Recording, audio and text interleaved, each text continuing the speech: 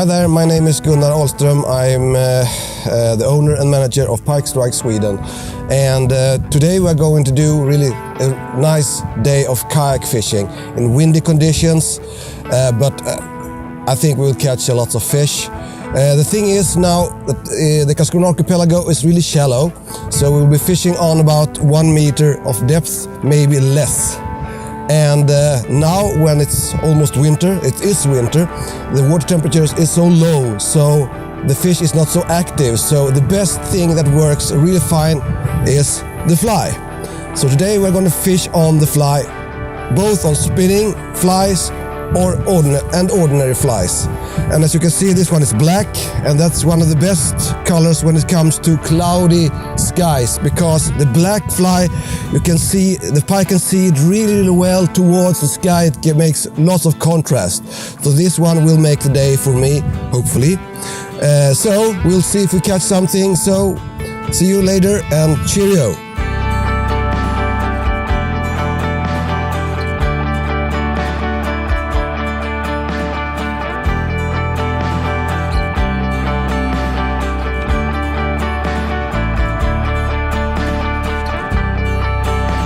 I'm here first time in November.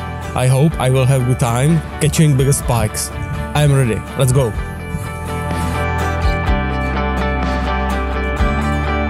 Rozdíl mezi jarem a podzimem je docela zásadní. Na jaře prakticky jsme nelovili na nic jiného, jenom na džerky. Modrý barvy, stříbrný, taková mixka to byla.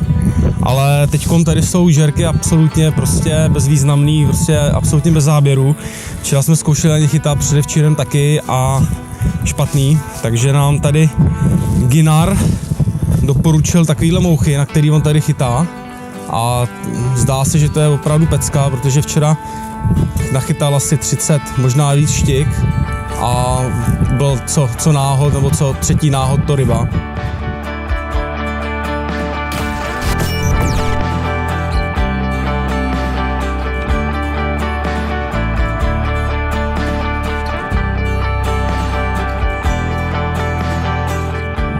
Dneska budeme chytat štiky na muškaření. Dostal jsem tady, půjčil jsem si od Gunnara krásný mušák. Je to 9ková aftma, takže dostal jsem tady od něj doporučenou takovouhle krásnou nástrahu. Včera na to nachytal 30 štik, koukali jsme na ně jak blázni, jak mu to jde. Ve vodě se to krásně chová, vypadá to jako ryba. Naše štikařské, muškařské začátky právě začínají a jak jsme tak jako viděli včera, tak je to lehký, nachytá se na to a tak uvidíme. Mějte se, čau, avea.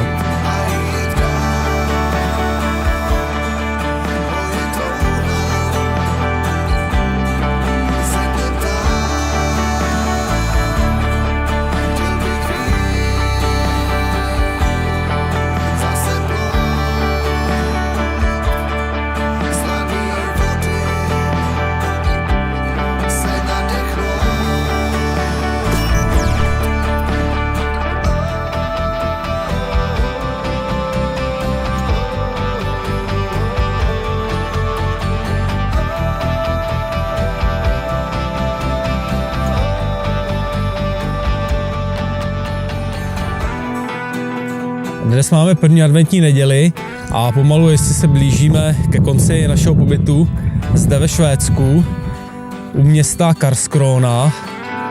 Lovili jsme zde ryby s Gunnarem a mladým rybářem Rojem.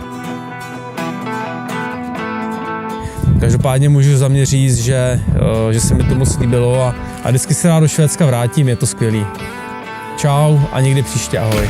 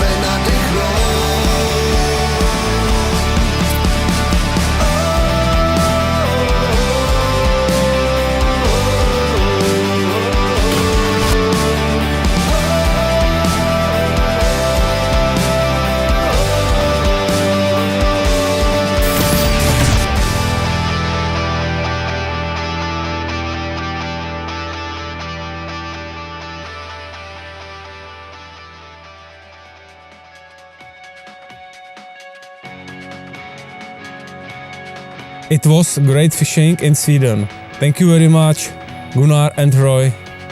See you later, bye.